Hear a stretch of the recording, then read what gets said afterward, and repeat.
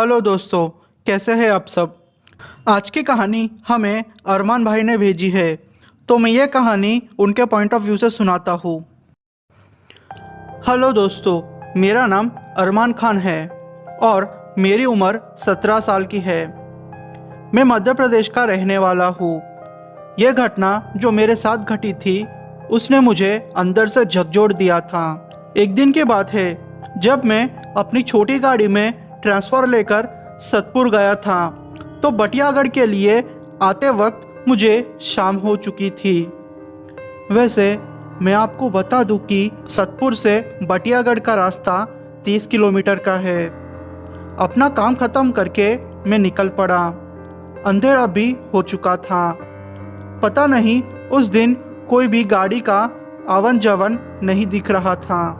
गाड़ी क्या, रास्ते में कोई भी आदमी या औरत कोई नहीं थे। रास्ता पूरा सुनसान था। मैं अपनी छोटी सी गाड़ी में जा ही रहा था कि कोई बाइक वाला बहुत स्पीड से मेरे पास से गुजरा।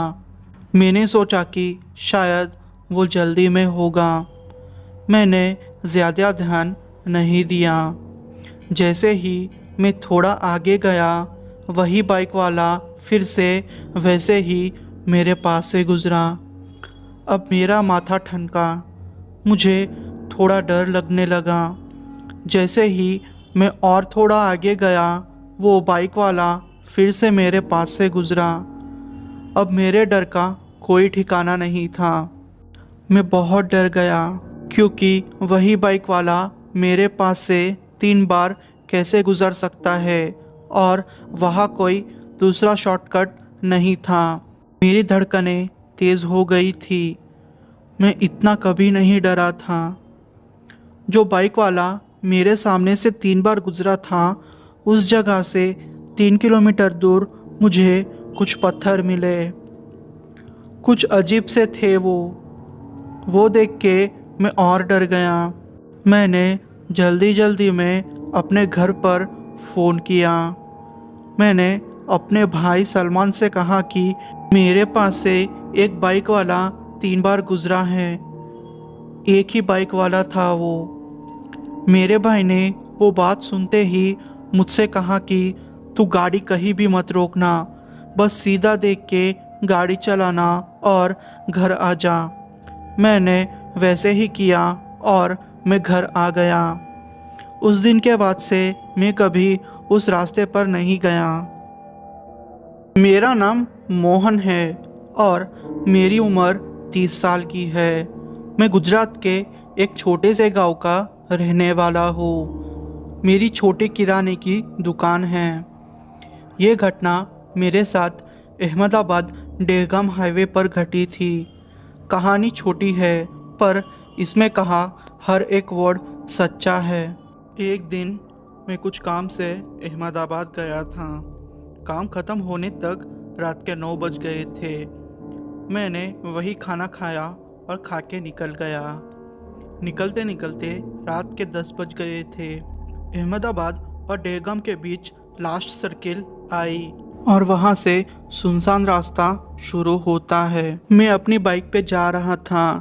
थोड़े सुनसान इलाके में गया होगा कि मुझे एक औरत लकड़ियाँ उठा के आगे चलती हुई दिखाई दी और जब मैं उस औरत के थोड़े पास पहुंचा तो उस औरत ने मुझे रोकने का इशारा किया। मैंने अपनी बाइक रोकी और वो बोली कि उसे थोड़ा आगे जाना है। मैं बोला ठीक है, आप बैठ जाए। वो मुझे हाईवे से उतारकर किसी दूसरे एरिया में जाने को बोल रही थी। वो बोली कि उसका घर वहीं पर है।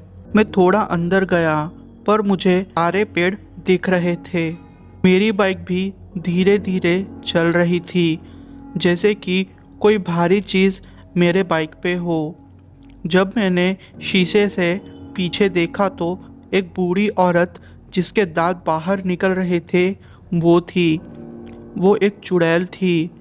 उस चक्कर में मेरा एक्सीडेंट हो गया। मैं वही बेहोश हो गया। जब मेरी आँख खुली तो मैं वही हाईवे पे साइड में पड़ा हुआ था। लोग काफ़ी जमा हुए थे।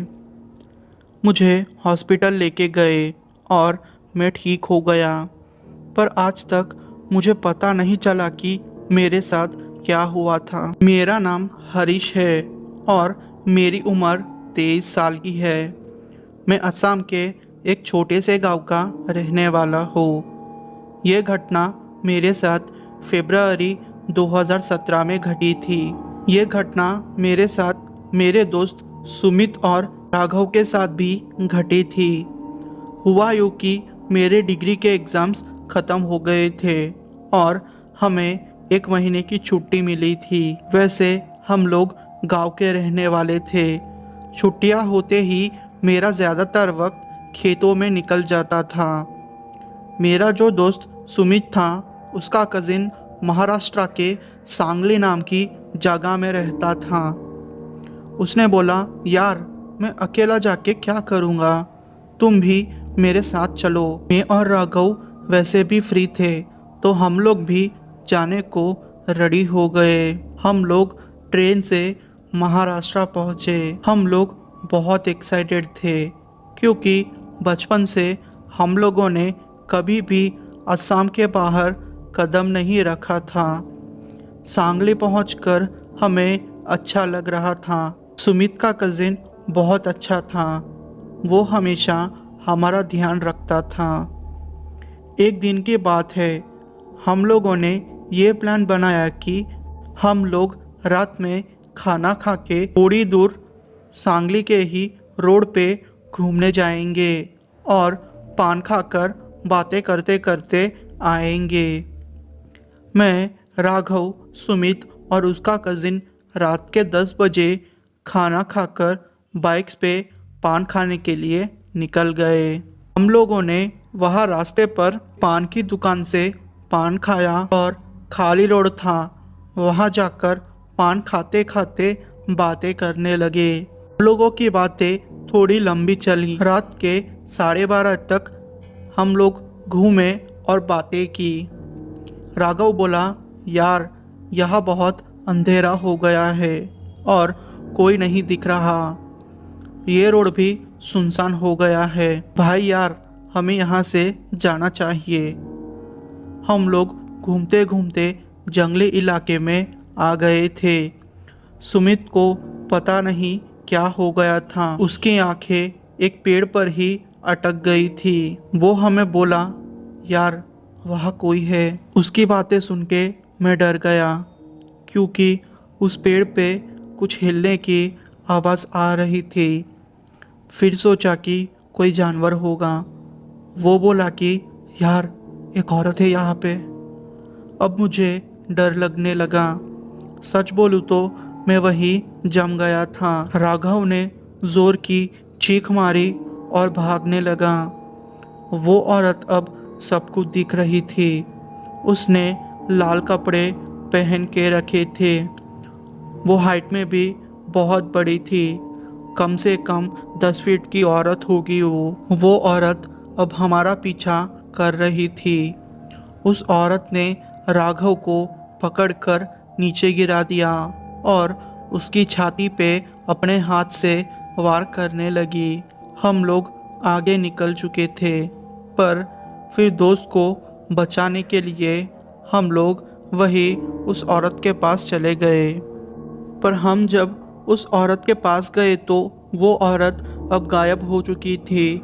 हम राघव को हॉस्पिटल लेके जाने वाले ही थे कि वो औरत फिर से हमारे सामने आ गई। हम लोग उल्टी दिशा में भागने लगे, पर हमारी किस्मत अच्छी थी क्योंकि वहाँ एक छोटा सा हनुमान मंदिर था। हम लोग वहाँ चले गए और हनुमान जी का सिंदूर लगा लिया। वो औरत वहीं कहीं गायब हो गई। सारी रात हम लोग वही मंदिर में रहे और दूसरे दिन सुबह होते ही पंडित जी की मदद से राघव को हॉस्पिटल पहुंचाया। भगवान की दया से राघव की जान बच गई। दोस्तों, आपको ये कहानियाँ कैसी लगी? अगर आपको ये कहानी पसंद आई हो तो मेरे वीडियो को लाइक कर दीजिए और कुछ ना कुछ कमेंट कर दीजिए, जिसकी वजह से मेरे चैनल का इंगेजमेंट बढ़ेगा। और मेरे चैनल को सब्सक्राइब कर लीजिए। अगर आप मुझे अपने आप बीती या फिर किसी अपने के साथ आप बीती को भेजना चाहते हो तो मुझे इंस्टाग्राम में कांटेक्ट करके अपनी स्टोरी भेज सकते हो, जिससे कि मैं आपकी स्टोरी को दुनिया के सामने ला सकूं। थैंक यू दोस्तों।